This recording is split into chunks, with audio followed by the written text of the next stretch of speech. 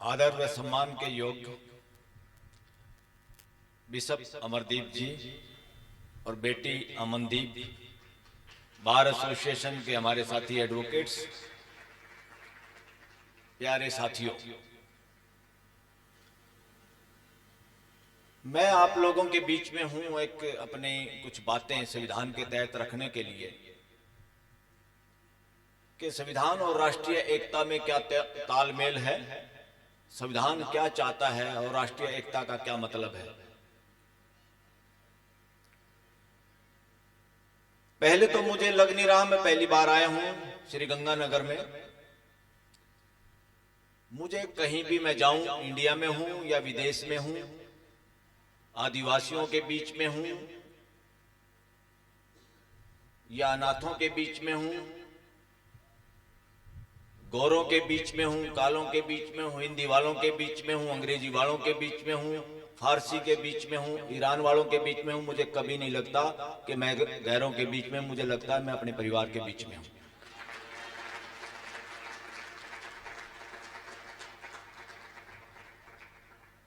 और इसीलिए जब मैं सबको अपना परिवार मानता नहीं, समझता हूं, मानने से काम नहीं चलता।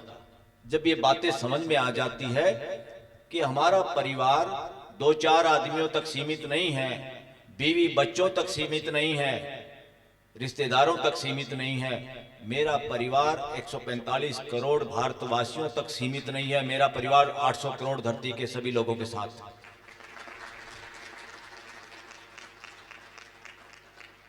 और मुझे खुशी होती है, मैं एक कानून का विद्यार्थी हूं, वकील होने के नाते लगातार कानून की पढ़ाई करता हूं, देश की दुनियादारी की, जितनी दुनिया के देश हैं उनके संविधान क्या कहते हैं, उनके कानून क्या कहते हैं, यूनाइटेड नेशन का कानून क्या कहता है, हमारे इंडिया के कानून क्या कहते हैं, सब कुछ लगातार पढ़ना और लगातार दिमाग में अध्ययन और वो बातें चलती रहती हैं।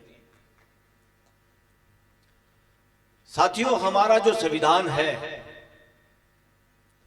पहले तो ये शब्द ऐसा है, आमतौर पे हिंदी भाषी लोगों को भी समझ में इसका मतलब नहीं आता। पानी का मतलब समझ जाते हैं, कोई पीने की चीज है जिसके बिना हम जिंदा नहीं रह सकते। ये संविधान किस बला का नाम है, संविधान का मतलब क्या है? मैं इसको हिंदी में सिंपल भाषा में लोगों के बीच में जब जाता हूं तो बताता हूं, संविधान का मतलब है संपूर्णता। संपूर्णता का क्या मतलब? ये धरती, ये आकाश, ये पूरा ब्रह्मांड संपूर्णता के अर्थ में, यानी उसको ध्यान में रख के जीने का तौर तरीका, जिसके अंदर हमारा 145 करोड़ लोगों का लक्ष्य है और जीने का तौर तरीका छुपा हुआ है, उसका नाम है संविधान, हमारी जीने की किताब। और संविधान ये तय करता है कि हम 145 करोड़ लोग शांति के साथ रह पाएं, फ्रेटर्निटी के साथ रह पाएं, भाईचारे के साथ रह पाएं, एक परिवार के भाव के अनुसार रह पाएं। उस लक्ष्य को तय करने के लिए, उस लक्ष्य को हासिल करने के लिए भारत का संविधान है।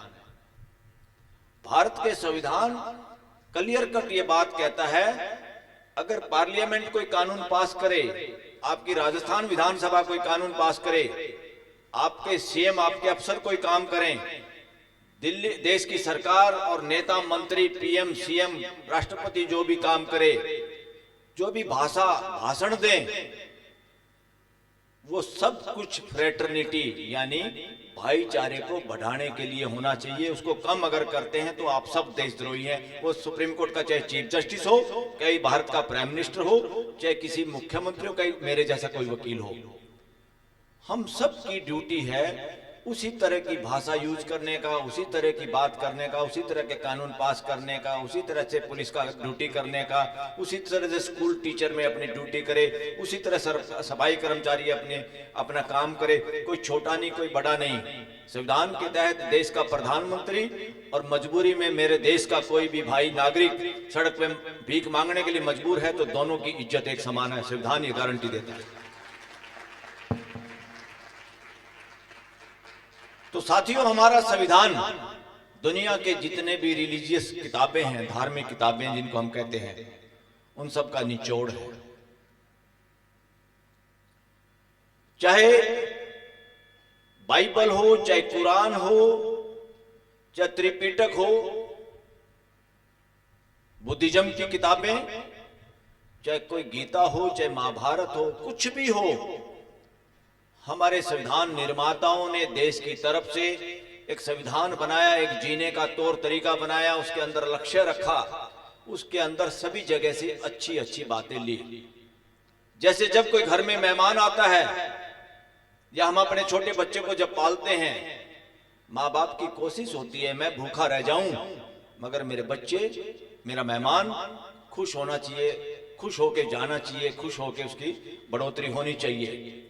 इसी तरह से हमारे संविधान निर्माताओं में जिनमें प्रमुख रोल था doctor B are Ambedkar ji का, इन सब ने मिलके, सबके योगदान से संविधान बनाने का मकसद उसी तरह से था ताकि हमारे देश के आज के लोग और हमारी भावी पीढ़ियां, एक एक नागरिक मिलजुल के रहें और मिलजुल के इस 145 करोड़ का जो गुलदस्ता है, देश है, ये भाईचारे के साथ रहे, प्यार प्रेम के साथ रहे, उसका नाम संविधान है।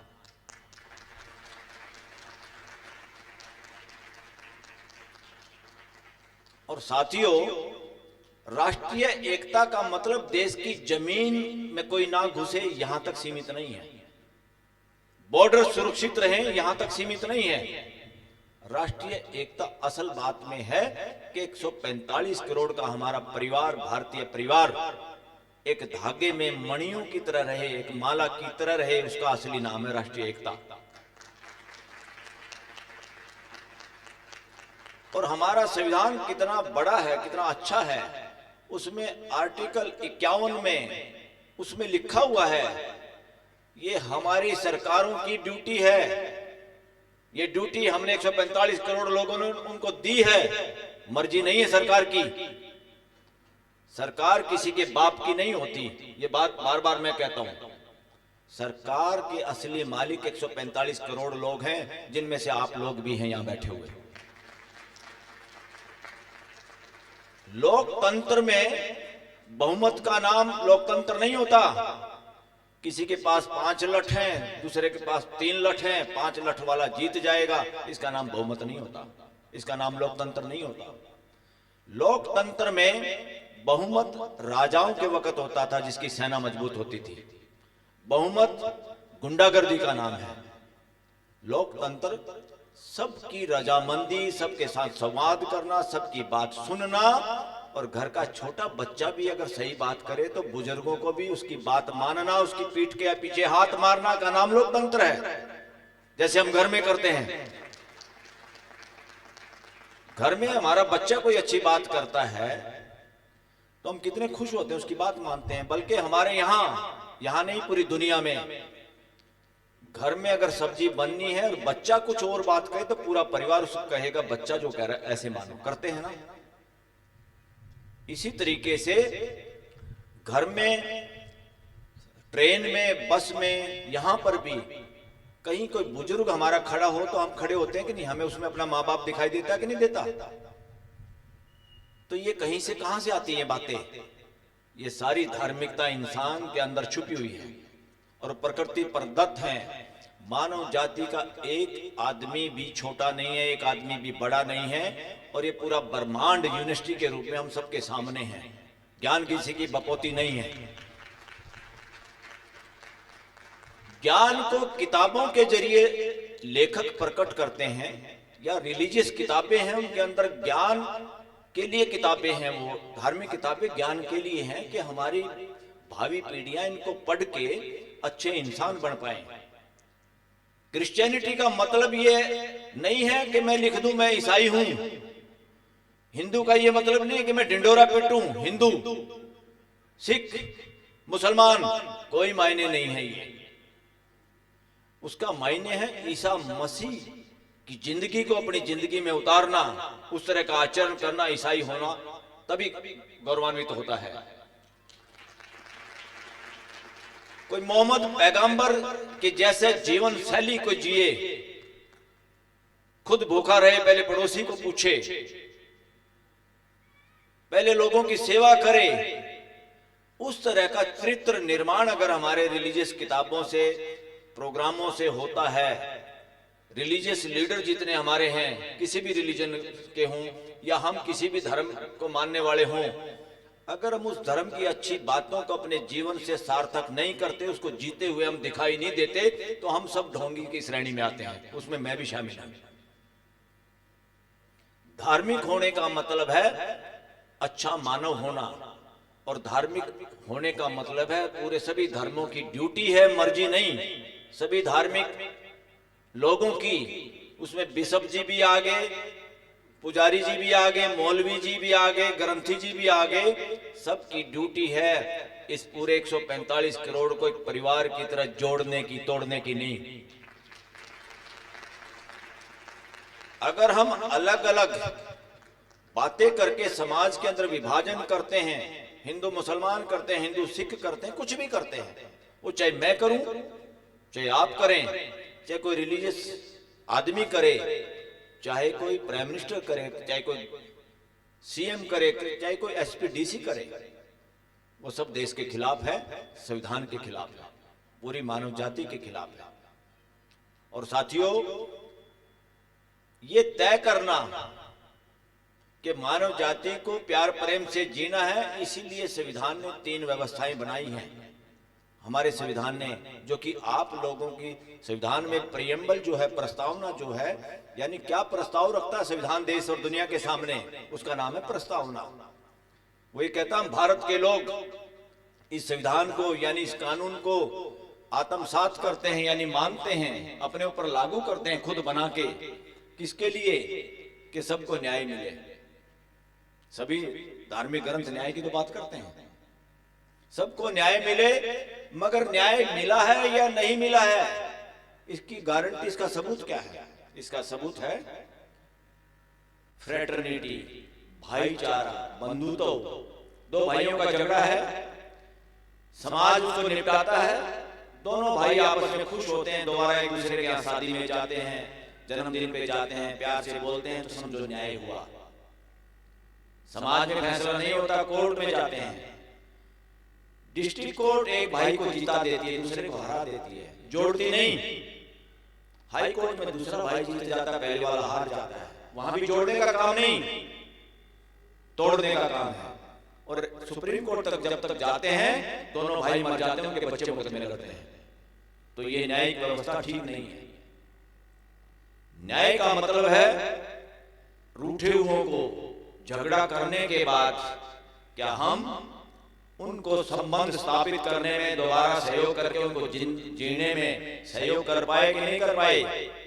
तो न्याय का मतलब है संबंधों की पुनर्स्थापना, यानी संबंध जैसे पहले थे, अगर खराब थे तो अच्छे होना जरूरी है, अगर कम अच्छे थे तो अच्छे होना जरूरी है। अगर वो होते हैं तो न्याय होता है, वो नहीं होता तो फैसला होता है, न्याय नहीं होता। तो हमारे संविधान का काम, मैं देख रहा हूं सामने साथी पुलिस वाले भी बैठे हैं, पुलिस का काम भी ये है, घर में मामला फिट नहीं हुआ, झगड़ा हो गया, गली तक पहुंच गया, ताकि वो झगड़ा बड़ा ना हो, तो हमारे देश में पुलिस की यही व्यवस्था है, ताकि उनको न्याय के सामने पेश करें। मगर बहुत बड़ा रोल है पुलिस का। बीच में भी दोनों पार्टियों की सुलह सफाई करने की बहुत सारे लोग कोशिश करते हैं, थानों में भी कोशिश होती है, अच्छा रोल अदा करती है पुलिस बहुत बार, ज्यादातर। मगर वो झगड़ा कोर्ट में पहुंच जाता तो तारीख पे तारीख 2 भाई खड़े हैं, बात नहीं हो रही, लड़ते हैं, झगड़ते हैं, सारी जिंदगी बीत जाती है, दोनों का मन करता है बात करने का, मगर कर नहीं पाते। तो क्या हमारी पुलिस का सिस्टम, हमारे समाज का सिस्टम, हमारे न्यायालयों का सिस्टम सभी फेल हो जाते हैं। अगर 2 आदमी रूठे हुए पूरी जिंदगी बात नहीं कर पाते, करना चाहते हैं, माध्यम नहीं कोई मिल रहा, तो आज देश की न्यायिक व्यवस्था को भी भूमिका वही निभानी है जो हमारी पंचायत निभाती है, जो हमारा समाज निभाता है, जो हमारे रिश्तेदार निभाते हैं, कि आपस में समाज को कैसे जोड़ना है और सबको मिलजुल कर कैसे आगे बढ़ना है। तो इसलिए संविधान में कोई ऐसी चीज नहीं है जो किसी रिलीजन के खिलाफ हो, मगर लोकतंत्र के अंदर जिसकी भी जो ड्यूटी है वो सब टेम्परेरी है। लोकतंत्र देश में सरकार बनाने के लिए नहीं है, देश में मानवीय व्यवस्था स्थापित करने के लिए है, घर जैसी व्यवस्था। जैसे हम घर में 10 आदमी इकट्ठे रह सकते हैं, ऐसे ही 145 करोड़ के साथ हम रह पाए, इसका काम, इसका नाम, इस व्यवस्था को स्थापित हमारा संविधान करना चाहता है, जिसका नाम है मानवीय व्यवस्था। मगर कुछ लोग, चाहे मैं भी हूं, अगर मैं एक बार कुछ बन जाऊं, भूल भटक के एमएलए, एमपी, सरपंच कोई और, तो मैं सोचता हूं मैं बनता ही रहूं, मेरी कब्र में जब तक टांग ना जाए मैं बनता रहूं, और मेरे जाने के बाद मेरा बच्चा बन जाए। तो इतनी छोटी सोच, इतनी घटिया सोच लोकतंत्र की नहीं है। लोकतंत्र में सबकी भागीदारी सुनिश्चित हो। इस देश का एक भी नागरिक आतंकवादी नहीं है, इस देश का एक भी व्यक्ति एक विशेष देशद्रोही नहीं है। इस देश का हर नागरिक देश की तरक्की में सहयोग करना चाहता है। बहुत सारे लोगों को तरक्की में सहयोग करने के मौके नहीं दिए जा रहे, मिल नहीं रहे। यही व्यवस्था की गड़बड़ है, जिसको हमें सबको मिलकर ठीक करना है।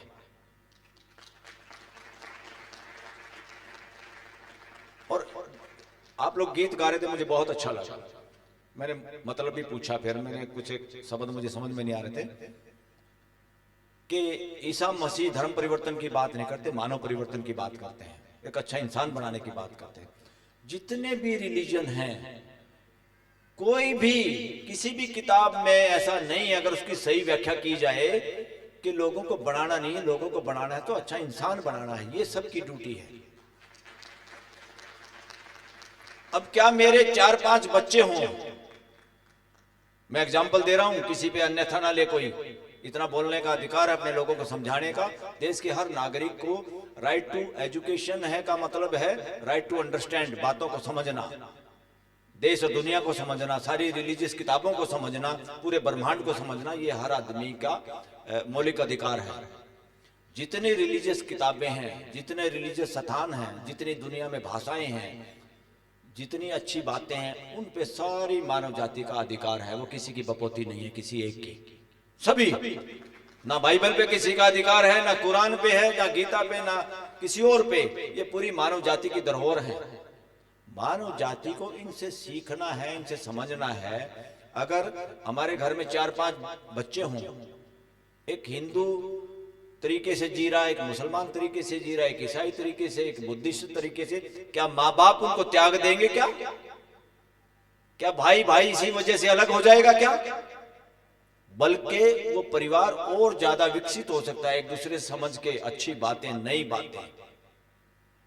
कोई रिलीजन एक दूसरे का दुश्मन ही नहीं। ये सारा का सारा खुरापात, सत्ता मानसिकता जहां पर है, मैं ही बना रहूं, जो मैं ही बना रहूं जिसके दिमागों में होती है, वो परिवार को भी बांटता है। कोई गांव का सरपंच बनने के लिए गांव को बांटता है, दोस्त भाइयों को भी बांट देता है। इसी तरह से देश में लोकतंत्र में जोड़ने की पॉलिटिक्स अलाउड है, तोड़ने की पॉलिटिक्स अलाउड नहीं है संविधान के तहत। और आज दुनिया जहां पर खड़ी है, बहुत देशों के बाद पास एटॉमिक हथियार है। एक बटन दबा दो, एक आदमी के पास पावर होती है। जैसे यहां पर प्राइम मिनिस्टर के हाथ में, रूस में पुतिन के हाथ में, कहीं ट्रंप के हाथ में। अरे भाई, एक के हाथ में ये पावर देना अच्छी बात है क्या? एक आदमी तैस में आ जाए, लालच में आ जाए, किसी के दबाव में आ जाए और वो बटन दबा दे, तो कितनी मानव जाति कसूरवार, जिनका कोई कसूर नहीं, मारे जा सकते हैं कि नहीं जा सकते? ऐसे हालात हैं दुनिया के, पूरी मानव जाति खत्म हो सकती है। ना कोई ईसाई बचेगा, ना कोई हिंदू बचेगा, ना कोई मुसलमान बचेगा, ना कुछ बचेगा, यानी इंसान खत्म हो जाएगा। तो इंसान को बचाना, तो इंसानियत के रास्ते पे चलना। इंसानियत का रास्ता सभी जगह से, जैसे पहाड़ों से अलग अलग नदियां निकल के समुद्र में जाती हैं, कोई रिलीजन मानव जाति का दुश्मन नहीं है। सबको मिलजुल के काम करना है, सब मानव जाति को जोड़ने का काम कर रहे हैं और करना ही चाहिए, ड्यूटी है सबकी, तोड़ने की ड्यूटी किसी की नहीं है। तो इसलिए सत्ता का समय चला गया। सत्ता घर को तोड़ती है, सत्ता देश को तोड़ती है, सत्ता पूरी मानव जाति को खत्म करती है। वर्ल्ड वार 1 और 2 इसी आधार पे हुआ, सत्ताओं के चक्कर में।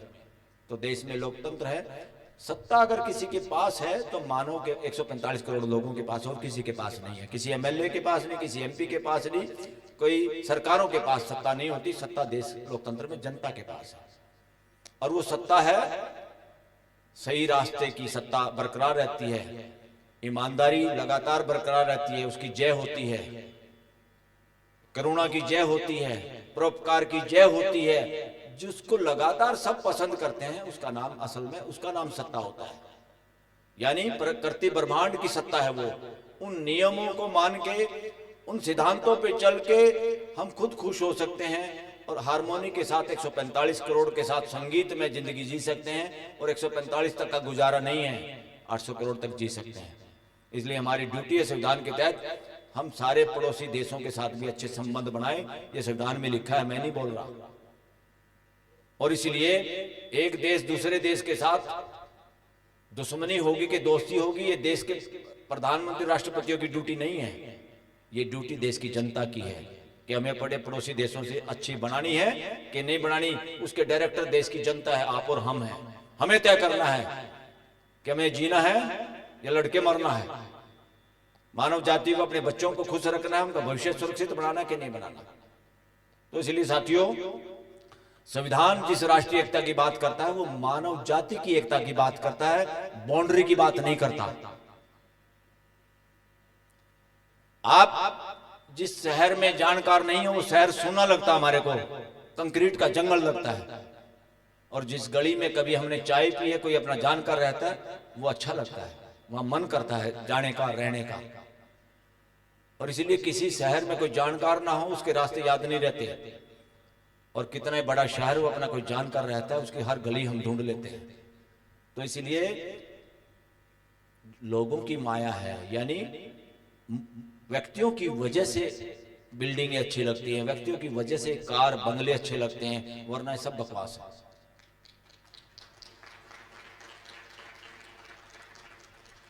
जमीन भी जब अच्छी लगती है, उसमें खेती करने वाले हों, घर अच्छा लगता है अकेले रहने के लिए, नहीं रात काटनी है।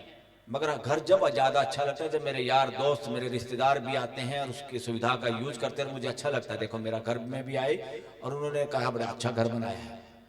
अगर मैं घर बना लूं इधर उधर से ठगी मार के, रात को मुझे नींद नहीं आ रही, क्योंकि मेरी भाई से नहीं बनती, मेरी बहन से नहीं बनती, रिश्तेदार से नहीं बनती, किसी से नहीं बनती, सब मेरे से चिढ़ते हैं, क्योंकि मैंने किसी का भला तो किया नहीं, शोषण किया है।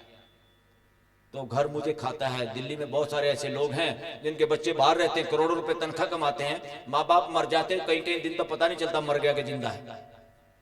मरने के बाद शमशान तक पहुंचाने वाले लोग नहीं बचे। पैसे ने हैवान बना दिया इंसानों को, दिल नहीं लग रहा। इसलिए धरती पे, देश में भी कोई ऐसा नागरिक नहीं है जो कमा के नहीं खाना चाहता, जिसमें इतनी कुव्वत नहीं है कि वो कमा के ना खाए। ये देश, ये पूरी दुनिया का हर मानव कमा के खाना चाहता है। सारे तौर तरीके इंसान के द्वारा पैदा किए हुए हैं। जैसे मसीह जी कह रहे थे कि परमेश्वर प्यार करता है, अस्तित्व में कोई ऐसा नियम नहीं है जो किसी से प्यार ना करने की बात हो। अस्तित्व सबके लिए समान है, सब नियम सबके लिए समान है। जितनी भी गड़बड़ है मानव निर्मित है, इंसान ही इंसान के साथ गड़बड़ कर रहा है। प्रकृति और पूरा ब्रह्मांड किसी के साथ कोई गड़बड़ नहीं कर रहा। हमें उसको ठीक करना है। उसको ठीक करने के लिए भारत का संविधान तैयार है। भारत का संविधान यही चाहता है। भारत का संविधान होने के बावजूद भी आप देखते होंगे राजनीति हमारे देश की, जिसपे मैं बात आज नहीं करना चाहता, उस तरीके से हमारे जनप्रतिनिधि काम नहीं कर पाते जो संविधान में लिखा है। इसी तरह से लोग भी उस तरह का आचरण नहीं बना पाते जो धार्मिक किताबों में लिखा है। गड़बड़ बस यही है। इस गड़बड़ को दूर करना है। और आप इस मौके पे यहाँ इकट्ठे हुए, आपने मेरी बात सुनी, मुझे बहुत अच्छा लगा। अपने श्री गंगानगर और आसपास के बहन भाइयों से मिलके आप सबको मेरा सादर प्रणाम, नमस्कार।